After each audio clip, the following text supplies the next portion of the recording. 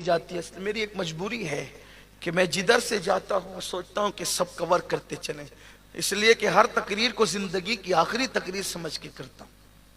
वजह यह है कि पता नहीं जिंदगी रहे नहीं रहे, बचा के किसके लिए रखना है, सीने में क्या ले जाना है, मिट्टी में दफन होना है तो सब चला जाएगा। इसलिए जो याद आया सब सुना दिया, इसलिए कि कभी याद करके नहीं आया। जो याद आया सब सुना दिया, इसलिए कि कभी याद करके नहीं आया। तो इसलिए जो याद आता है वो आपकी खिदमत में पेश, अल्लाह कबूल फरमा ले और आप ही के सदके हमारी मगफिरत होगी, वरना हमारा कोई अमल तो ऐसा है ही नहीं कि हमारी मगफिरत हो। तो गरीब नवाज में मैं बाबा जो कर चाहो कर लो, आप जिस मुराद को लेके आए मुराद पूरी कर लो। उसने कहा नहीं महाराज, हम तो आपका खिताब सुनने आए, प्रवचन सुनने आए थे। उस वक्त संस्कृत थी लेकिन उसकी तर्जुमानी करता, हम तो प्रवचन सुनने आए थे महाराज, हम तो ऐसे ही आ गए थे।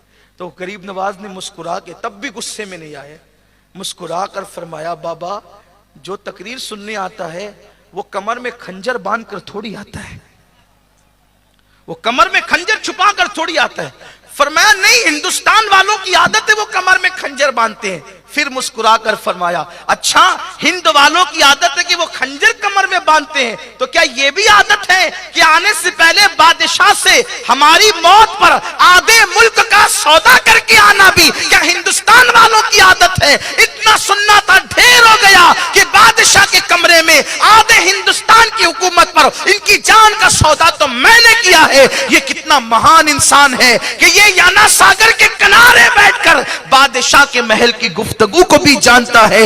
जिस कौम के मोइन का ये हाल है, उस कौम के मोहम्मद की शान का आलम क्या हो। नारे तकबीर, नारे रिसालत, फैज़ान गरीब नवाज, नारे तकबीर। वो तो ढेर हो गया, उसने खंजर रखा, सरकार मुझसे गलती हुई, इतने बड़े आदमी को मैं मारने आ गया, अब मुझे मार डाला जाए। गरीब नवाज कहते हैं हिंदुस्तान में हमें बदला लेने और मारने के लिए नहीं भेजा गया, हमें तो जिंदगियां देने के लिए भेजा गया। हम मारने के लिए नहीं आए हैं, आइंदा ऐसी गलती नहीं करना। जा का अब कहां जाएं, कदम पकड़ लिए, हुजूर अब कोई कलमा पढ़ाएं जो कलमा आप पढ़ते हैं। कलमा पढ़ाया, मुसलमान हो गया वो। फिर मेरे गरीब नवाज ने, गरीब नवाजी जोश पर आई, कहा मांग क्या मांगता है। मांगने वाला होशियार था, कब 45 हज करना चाहता हूं। कितने? 45 हज करना चाहता हूं। गरीब नवाज ने मैं जा अता किया।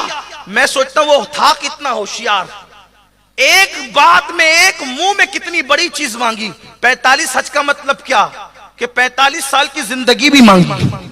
भाई हज रोज थोड़ी होता है, साल में एक बार होता है। अब हज 45 करेगा मतलब 45 साल तक जिंदा रहना जरूरी है। और फिर फरमाया जब 45वें हज को जाऊं तो फिर वापस नहीं आऊं, मेरा इंतकाल मक्कतुल मुकर्रमा में हो जाए।